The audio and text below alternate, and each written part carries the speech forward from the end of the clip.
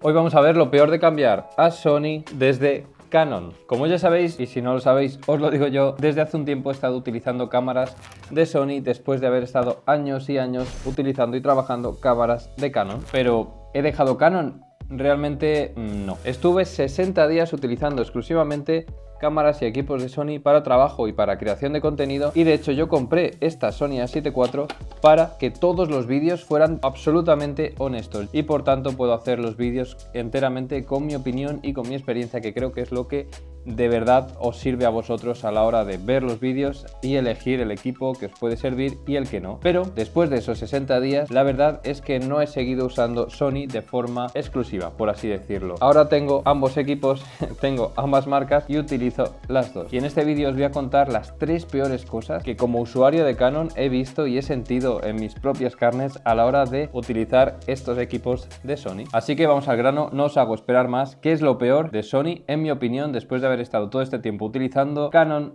como marca principal y luego haber usado Sony como marca única, exclusiva y principal durante estos 60 días? Lo primero es que el feeling de la cámara, cuando la agarras y la tienes en la mano, cuando trabajas con ella, cuando haces fotos, cuando grabas y sobre todo cuando ves el material que queda después, los vídeos y las fotos, es como diferente y peor en mi opinión. Y dejadme que me explique. Básicamente lo que yo siento con esta marca es que son más inorgánicas, por así decirlo. Es como un Robocop, no sé cómo explicarme. Las fotos, el enfoque suele estar perfecto, el color sí que es verdad que está lejos del de Canon y eso quizá a mí me parece más inorgánico porque es un color que en mi opinión, y esto puede ser subjetivo claramente, es más artificial, no sé, menos natural, no sé cómo explicarlo, lo estaréis viendo en imágenes, lo estaréis viendo en todas las reviews. Realmente yo cuando hago las fotos de los objetivos y las cosas intento no editar demasiado o no editar nada para que veáis el color que sale de cámara, y aunque el color se puede corregir, es cierto que para conseguir el estilo que a mí me gusta he tenido que trabajar mucho el color de Sony y aún así no he llegado a lo que hacía en 3 clics con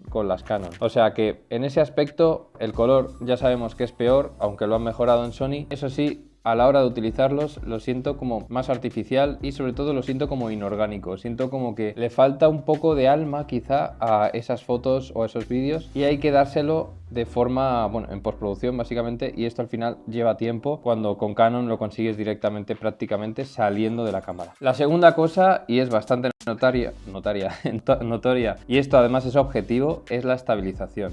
Cuando vemos la bayoneta de Sony, de cualquier cámara Sony full frame, se aprecia claramente que la bayoneta está tapando las esquinas del sensor. Esto hace que a la hora del funcionamiento del sensor, este tenga mucho menos espacio dentro de lo que es la cámara para moverse y por tanto la estabilización es bastante peor que en las Canon, que tienen una bayoneta muchísimo más grande en la que sobra mucho más espacio. Lógicamente esta bayoneta está diseñada para cumplir este propósito y por tanto la estabilización es mejor. Así que aunque la estabilización de Sony funciona bastante bien, no tiene nada que ver con la de Canon. La de Canon, sobre todo con lentes que están estabilizados junto a cámaras que están estabilizadas, la combinación es brutal. De hecho llegan hasta 8 pasos y no sé si hasta 9 ya en las últimas ópticas, en la combinación de óptica y estabilización de cuerpo, pero en Sony no tenemos eso. Y además hay una cosa que no me gusta y es que las lentes G-Master más caras, que están más o menos al mismo precio que las RF más caras, no traen estabilizador.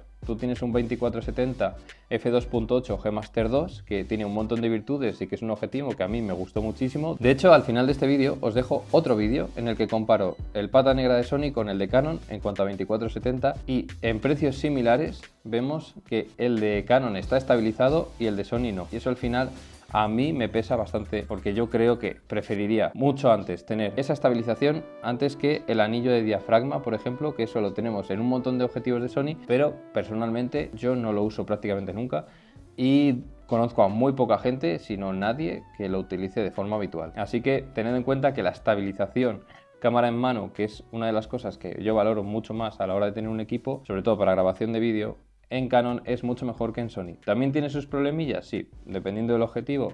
En gran angulares tenemos que un poco de efecto burbuja en las esquinas, pero en general la estabilización es muchísimo mejor que en Sony. Y 3, este vídeo creo que va a ser bastante corto, pero es que no quiero aburriros. Tampoco quiero hacer un vídeo dramatizando, cambiando a Sony, no sé qué, no es como era, no es lo de antes, ni cosas así, porque al final te adaptas a lo que tienes, te adaptas a la cámara. A mí la ergonomía de esta cámara, que es de lo que voy a hablar ahora, personalmente no me gusta, y de todas las cámaras de Sony que he probado, a excepción de la Sony A9 III, no me ha gustado nada. El joystick me parece que está en una posición muy baja y que es un joystick que no es muy cómodo de usar. Los joysticks de Canon son mucho más cómodos, el agarre de la cámara es mucho mejor. De una cámara, por ejemplo, una R6 Mark II de 2.400 euros o por ahí que está ahora, o de una R7 incluso, que es mucho más barata, es mejor ese agarre que el de una Sony A7R5, por ejemplo, o el de una Sony A7S3, que son cámaras de 4.000 y pico euros, 5.000 euros, e incluso me atrevería a decir que esos agarres son mejores que el de la A9 III, que ya es bastante bueno, es el mejor que tiene Sony de lejos, pero que ya cuesta 7.000 euros esa cámara. O sea, que en cuanto a ergonomía, lo que al final tienes en las manos, que es la propia cámara, sigue siendo infinitamente mejor Canon, y sobre todo algo mucho más importante que esto son la pantalla y el visor. Todas las pantallas y visores de Sony son bastante cortos, a mi forma de verlo y a través de mis ojos, después de haber probado todas las cámaras de Sony, prácticamente todas las cámaras de Canon y de prácticamente todas las marcas, veo que las pantallas de Sony y los visores se quedan muy cortos para el precio que tienen sus cámaras. De hecho, yo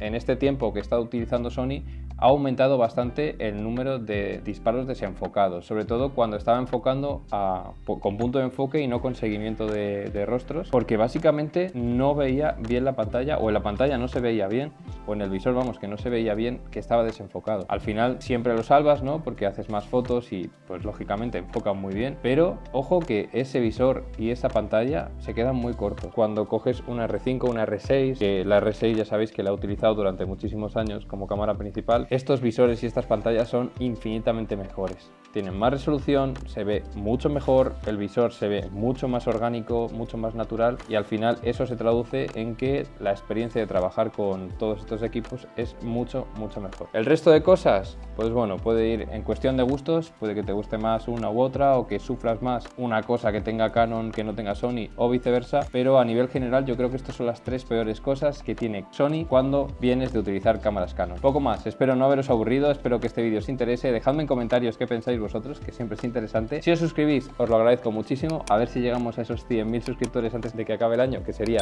brutal. Tenéis todas las ofertas en la descripción del vídeo y si compráis desde ahí me ayudáis muchísimo, a vosotros lógicamente os cuesta lo mismo, y poco más. Os veo el próximo domingo. Chao.